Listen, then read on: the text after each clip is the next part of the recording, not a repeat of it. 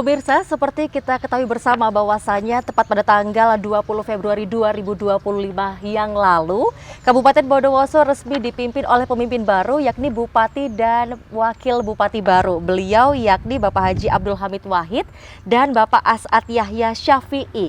Lalu bagaimana sih kira-kira langkah untuk 5 tahun ke depan untuk program strategis dari Bupati dan Wakil Bupati Kabupaten Bondowoso itu sendiri untuk menjabat dan juga memimpin Kabupaten Bondowoso yang notabene beliau juga baru untuk memimpin Kabupaten Bondowoso ini, tentunya menuju pemimpin baru, harapan baru Bondowoso tangguh serta unggul dan berbudaya.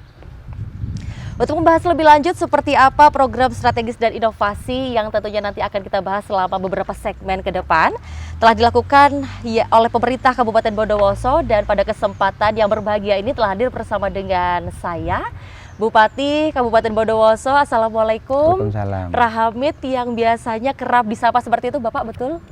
Masyarakat Bondowoso begitu. Masyarakat Bondowoso biasa menyapa dengan panggilan Rahamid. Ya. Jadi itu panggilannya adalah artinya Lora Hamid, betul begitu Bapak ya? Mungkin begitu maksudnya. Mungkin begitu ya. Karena saya di luar misalnya ya Gus apa macam-macam apa saja ya. Tapi di sini mungkin dikenal dengan itu. Oh iya, jadi biasa dikenal dengan panggilan Rahamid. Tapi kalau misalkan nanti dalam perjalanan kita talk show, kadang saya manggil Bapak atau Rahamid, nggak masalah mungkin ya Bapak ya? Bisa.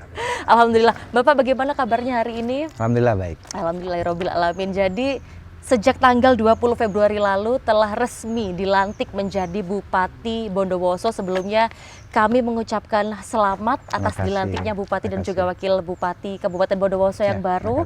Senantiasa perjalanan dari 5 tahun ini 2025 hingga nanti 2030 memberikan berkah untuk masyarakat Kabupaten Bondowoso. Amin, seperti amin, itu. amin. Dan tentunya terima kasih Bapak, kami tim dari JTV telah diberikan kesempatan untuk bisa hadir bersama dengan Bapak di sini. Ya. Dan tentunya banyak sekali obrolan yang akan kita obrolkan tentang bagaimana sih masa depan Kabupaten Bondowoso selama 5 tahun ke depan ini, Bapak. Kira-kira untuk Bupati baru tahun ini, Bapak, yang mungkin resmi baru masuk pada tanggal berapa kemarin, Bapak? Kalau ini kan kemarin pelantikan 20. Betul. Kemudian ke mana? Magelang. Setelah itu 21 ya, 22, 21 sampai 28.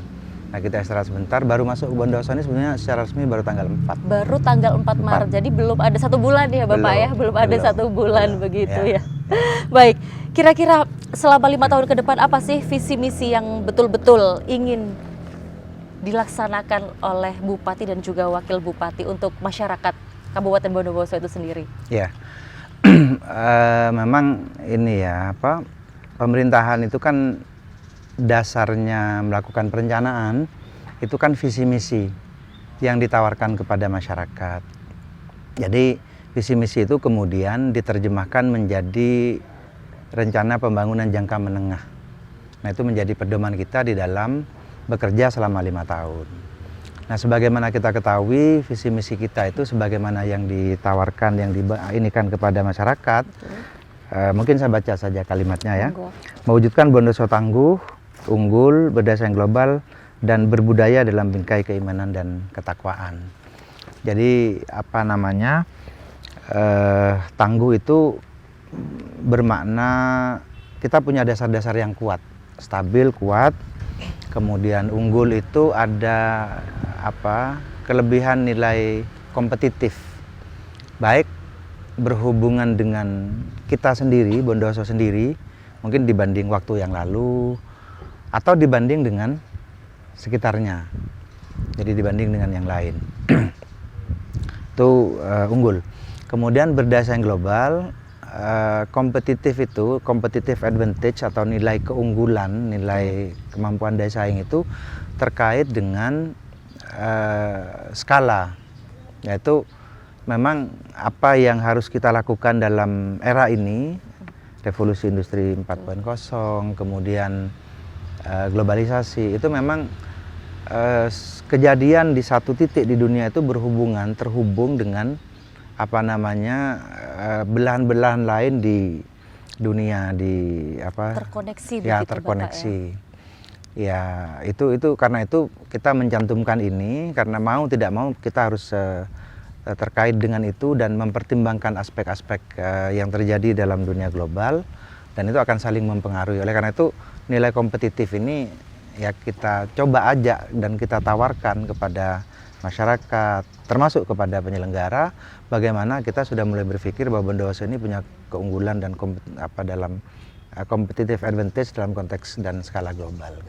Kemudian nilai dasar sebagai fondasinya itu budaya.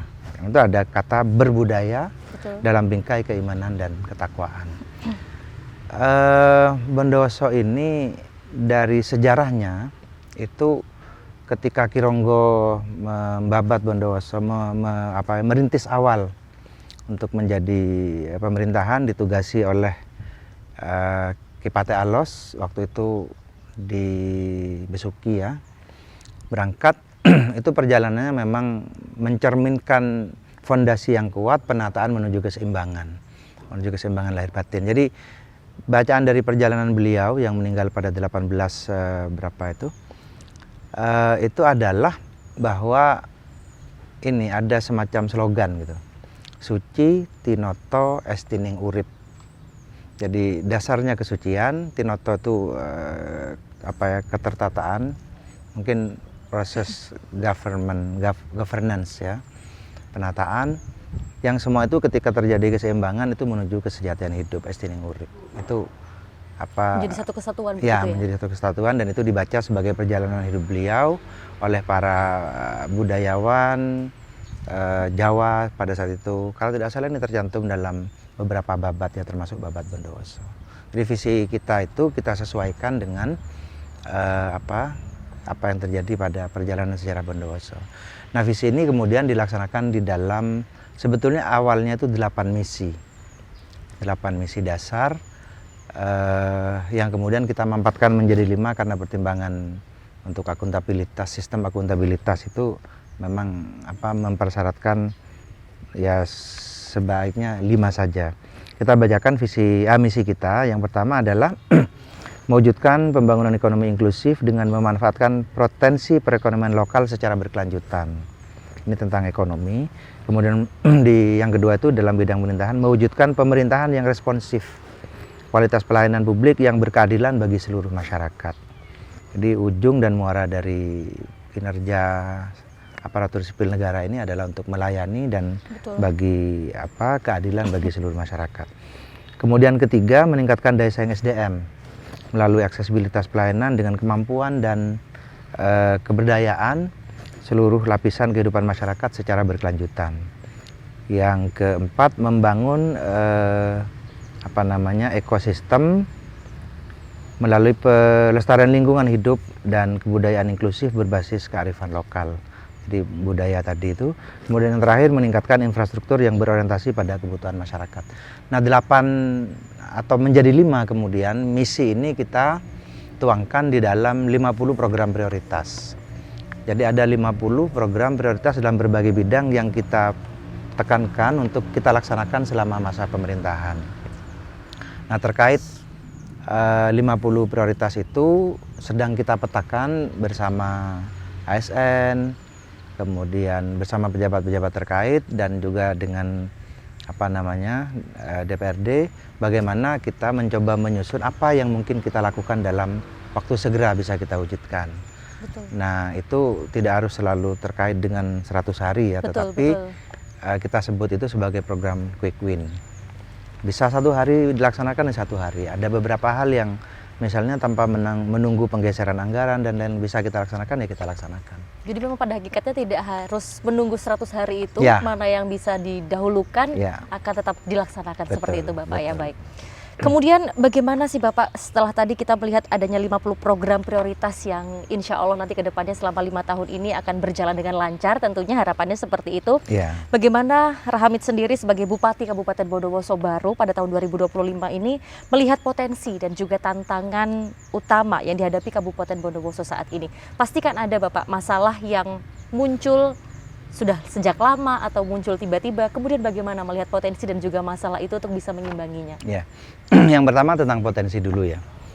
Potensi kita itu sebetulnya bagus, kuat, dan potensinya besar. Bondowoso ini sejak dulu, sejak zaman Belanda, itu dikenal sebagai daerah afdeling, perkebunan, pertanian, dan itu tentu pada saat itu memberikan kontribusi besar. Tetapi memang bukan daerah industri, bukan daerah pengolahan ya. Di sini daerah pengembangan bahan baku pertanian dan perkebunan.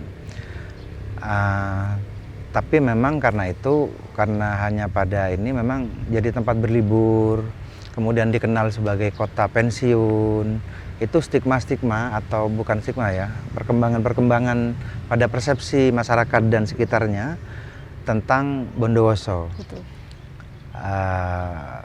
Nah kemudian sebetulnya belakangan ini kalau kita lihat Bondowoso itu walaupun ini bersama Banyuwangi ya punya satu situs tujuan wisata Ijen yang itu punya level internasional, jadi Global Geoparknya UNESCO, dan ya kita kelola bersama ya dengan Banyuwangi. Tetapi kalau dilihat dari sisi potensi, sebetulnya Bondowoso ini menyimpan potensi yang sangat besar, karena sisi Global Geopark yang sisi Bondowoso itu misalnya punya aspek kesejarahan kuat. Jadi di sini ada situs-situs prasejarah yang banyak di berbagai titik, walaupun memang sampai saat ini belum dikelola dengan baik ya.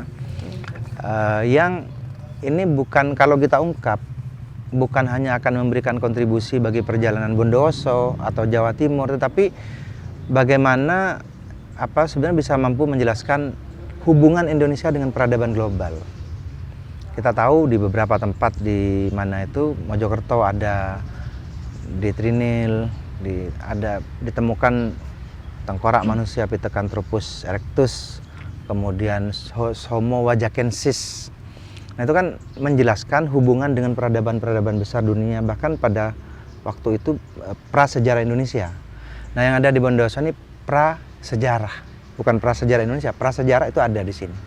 Dan itu ribuan. Nah itu akan kita eksplor, dan saya kira itu juga akan menjadi bukan hanya sekedar daya tarik wisata, tetapi kontribusi Bondowoso bagi peradaban global. Karena itu kita mendorong ini memang sejak awal ya kita menuju ke sana gitu. Betul. Jadi memang selain potensi juga itu akan mendorong ya bagaimana nanti Bondowoso semakin dikenal tentunya. Baik. Tadi kita sedikit Bapak tadi membahas tentang perkebunan, pertanian yang juga memberikan kontribusi besar bagi Kabupaten Bondowoso. Namun pemirsa jangan kemana-mana, akan kita bahas lebih lanjut di segmen selanjutnya.